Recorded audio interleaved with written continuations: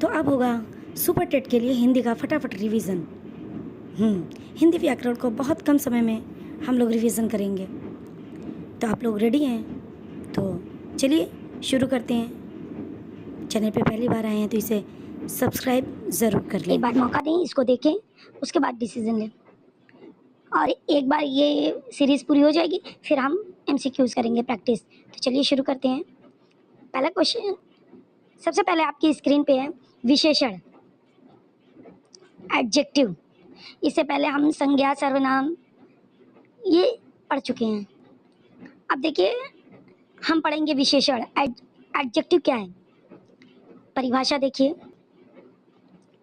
जो शब्द संज्ञा या सर्वनाम की विशेषता बताते हैं उन्हें विशेषण कहते हैं।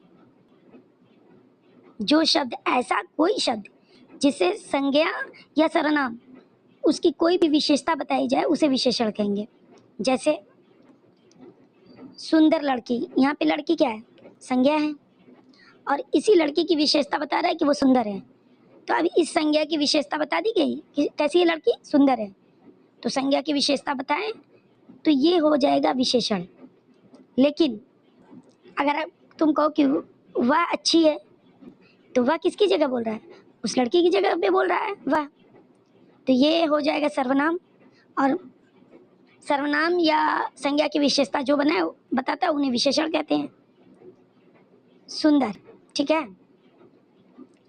उसके बाद ये देखो, मीठा आम।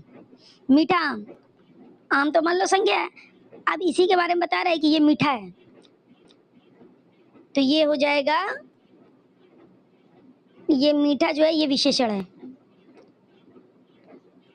उसके बाद कह रहा है 5 विद्यार्थी। तो विद्यार्थी क्या है? तो ये तो संज्ञा हो गई, और कितने? 5, ये विशेषण है। यानी जो संज्ञा के बारे में, संज्ञा या सर्वनाम की विशेषता बताएं उन्हें ही विशेषण कहते हैं। तो इसमें सुंदर विशेषण है, मीठा और 5 ये सारे विशेषण है। आई होप कि समझ में आ गया होगा। और हाँ, अगर आप पहली बार चैनल पे आए हैं तो इसे सब्सक्राइब करना बिल्कुल मत भूलिएगा। चलिए अब विशेषण के भेद देख लेते हैं। विशेषण के भेद यानी कि ये विशेषण कितने तरह का होता है, कितने प्रकार का होता है। तो देखिए,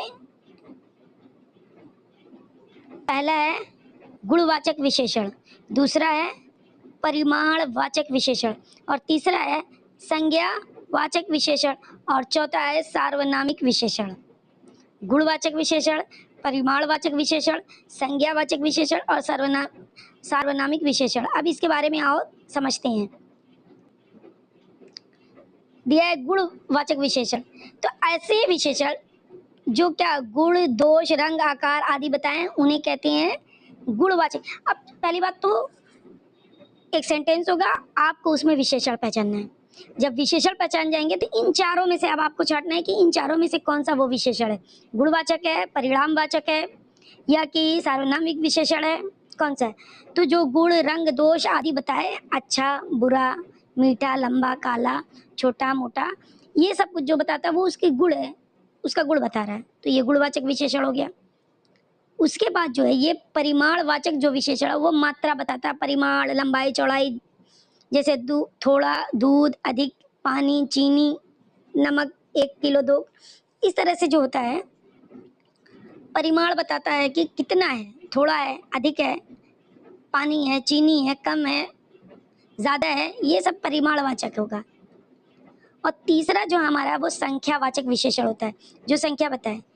निश्चित संख्या भी बता सकता है कि 1 2 3, 2 लोग आए हैं, 4 लोग आए हैं, 5 किलो चीनी आई है, 10 किलो, कुछ भी निश्चित भी बता सकता है और अनिश्चित। कई लोग, अनेक लोग, पहला आदमी, दूसरा, तीसरा, चौथा, पांचवा, क्रम बताए, ये सब जो है संख्यावाचक में आ जाएगा। 1 गुना, 2 गुना। उसके बाद आ रहा है सार्वनामिक विशेषण। जब सर्वनाम विशेषण का कार्य करे, जब सर्वनाम विशेषण का कार्य करे, जैसे यह पुस्तक, वह लड़का, कौन सा प्रश्न आदि। अब परीक्षा में जो महत्वपूर्ण तथ्य आते हैं उसके पे गौर करते हैं। अच्छा, अच्छा क्या है? गुणवाचक है, गुण है भाई, अच्छा है, बुरा है, ये उसका गुण है। काला है, गोरा है, लंबा है, छोटा है, ये उसका गुण है। दूसरा है थोड़ा, परिमाण है, थोड़ा है, कम है, अधिक है, 5 संख्यावाचक है। यह पुस्तक सार्वनामिक विशेषण है। अब एमसीक्यूज है, मीठा आम में मीठा कौन सा विशेषण है? तो ये भाई उसका गुण है, मीठा होना। अब अगला है हमारा क्रिया, वर्ब यानी काम, है ना। काम तो देख लेते हैं इसको। जिस शब्द से कार्य का होना, करना, अवस्था का बोध हो उसे क्रिया कहते हैं। जिस शब्द से कार्य का होना, करना या अवस्था का बोध हो उसे क्रिया कहती है। उदाहरण, पढ़ना, लिखना, खेलना, सोना, ये सारी क्रिया है, कर रहे हैं। अब क्रिया के भी कई प्रकार हैं। आमतौर से सकर्मक क्रिया, अकर्मक क्रिया जानते हैं, समझ रहे हैं। पढ़ना, लिखना, खेलना, सोना, लेकिन क्रिया 4 प्रकार की होती है। क्रिया के भेद, सकर्मक क्रिया, अकर्मक क्रिया। तो यहाँ सकर्मक क्रिया जिसमें कर्म की आवश्यकता होती है, जिसमें कोई काम किया जाता है। उदाहरण, राम पुस्तक पढ़ता है, तो ये सकर्मक क्रिया हो गई कि राम पुस्तक पढ़ता है। अकर्मक क्रिया जिसमें कोई कर्म ना हो, यानी कोई काम ना किया जाए। जैसे बच्चा सो रहा है, तो सोना कोई काम नहीं है। अगर हम ये कहते हैं कि बच्चा खा रहा है, अगर वो खाने का काम कर रहा है तो वो कर्म कर रहा है। अगर हम कहें कि बच्चा दौड़ रहा है तो दौड़ने का काम कर रहा है। अगर हम कहें कि सीता गा रही है, रवि गा रहा है, तो वो गाने का काम कर रहा है, तो उसमें कर्म है। लेकिन ये सोना, जैसे हंसना, रोना, सोना, ये सब क्रिया नहीं है, ये सब अकर्मक क्रिया में शुमार होता है। मुख्य क्रिया जो अपना आप पूर्ण अर्थ दे, जैसे मोहन पढ़ता है, ये पूरा पूरा अर्थ है, मोहन पढ़ता है। और एक होती है सहायक क्रिया, जो क्रिया की सहायता करे, जो मुख्य क्रिया की सहायता करे। उदाहरण है, था, रहे, गया, चुका, ये सब सहायक क्रिया है। तो क्रिया के 4 प्रकार आपने देखे, सकर्मक क्रिया, अकर्मक क्रिया, मुख्य क्रिया और सहायक क्रिया। सकर्मक क्रिया वो क्रिया जिसमें कर्म मौजूद होता है, जिसमें कोई कर्म होता है, जिसमें कोई काम होता है। अकर्मक क्रिया जिसमें कोई काम ना हो। परीक्षा के हिसाब से महत्वपूर्ण तथ्य, खाना और पढ़ना सकर्मक है, इसमें काम कर रहा है। सोना, हंसना और रोना ये अकर्मक है, कोई काम नहीं हो रहा है। था, रहे, सहायक क्रिया है। याद रखिएगा, बहुत शॉर्ट में बता रहे हैं। राम सोता है में सोता कौन सी क्रिया है? भैया सोना कोई क्रिया नहीं है, पहले बता चुके थे, अकर्मक हो गए। जिसमें क्रिया होगी, अगला है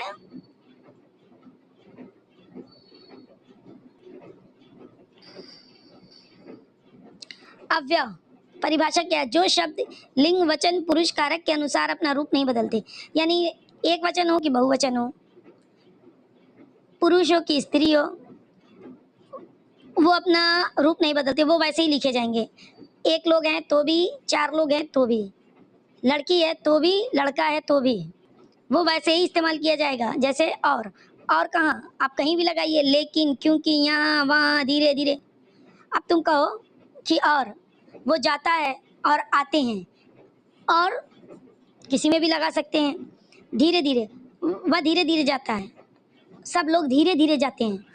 तो एक वचन है कि बहुवचन है, तब भी धीरे ही धीरे, तो ये अपना रूप नहीं बदलते। अव्यय, अव्यय के भेद, क्रिया विशेषण, क्रिया की विशेषता बताए। अव्यय के भेद कैसे हैं? एक है, पहला है क्रिया विशेषण जो क्रिया की विशेषता बताता है, जैसे धीरे धीरे, जल्दी, आज, कल, वहाँ। दूसरा है संबंध बोधक, 2 शब्दों के बीच संबंध बताए, जैसे मैं, पर, से, तक के लिए 2 शब्दों के बीच ही इस्तेमाल होता है। वहाँ से वहाँ तक, वो आया इसलिए, तो 2 शब्दों में समुच्चय बोधक, 2 शब्दों या वाक्यों को जोड़े, और, तथा, लेकिन, अथवा, क्योंकि। विस्मयादि बोधक, अचानक भाव प्रकट करे, अरे, वाह, हाय, ओ, शाबाश। विस्मयादि बोधक यानी अचानक भाव प्रकट करे, अरे, वाह, वाओ, हाय, ओ गॉड, ये सब। परीक्षा में महत्वपूर्ण तथ्य, धीरे धीरे पूछता है ये कैसा है, तो ये विशेषण है, क्रिया विशेषण है। पर, मैं से संबंध बोधक है, और मैं लेकिन समुच्चय बोधक, वाह, रे, विस्मयादि बोधक। राम और श्याम में और क्या है? तो ये संबंध बोधक है कि समुच्चय बोधक है कि क्रिया विशेषण है कि विस्मयवादी बोधक है? तो ये भी अगला है विशेषण। संज्ञा सर्वनाम की विशेषता बताता है, उन्हें विशेषण कहते हैं। जो संज्ञा और सर्वनाम की विशेषता बताए उसे विशेषण कहेंगे। क्रिया कार्य या अवस्था का बोध कराती है। अवयव जिसका रूप नहीं बदलता। तो बताइए वीडियो आपको कैसी लगे। वीडियो अच्छी लगे तो इसे लाइक और चैनल को सब्सक्राइब करना बिल्कुल मत भूलिएगा। मिलते हैं अगले वीडियो में, तब तक के लिए अल्लाह हाफिज।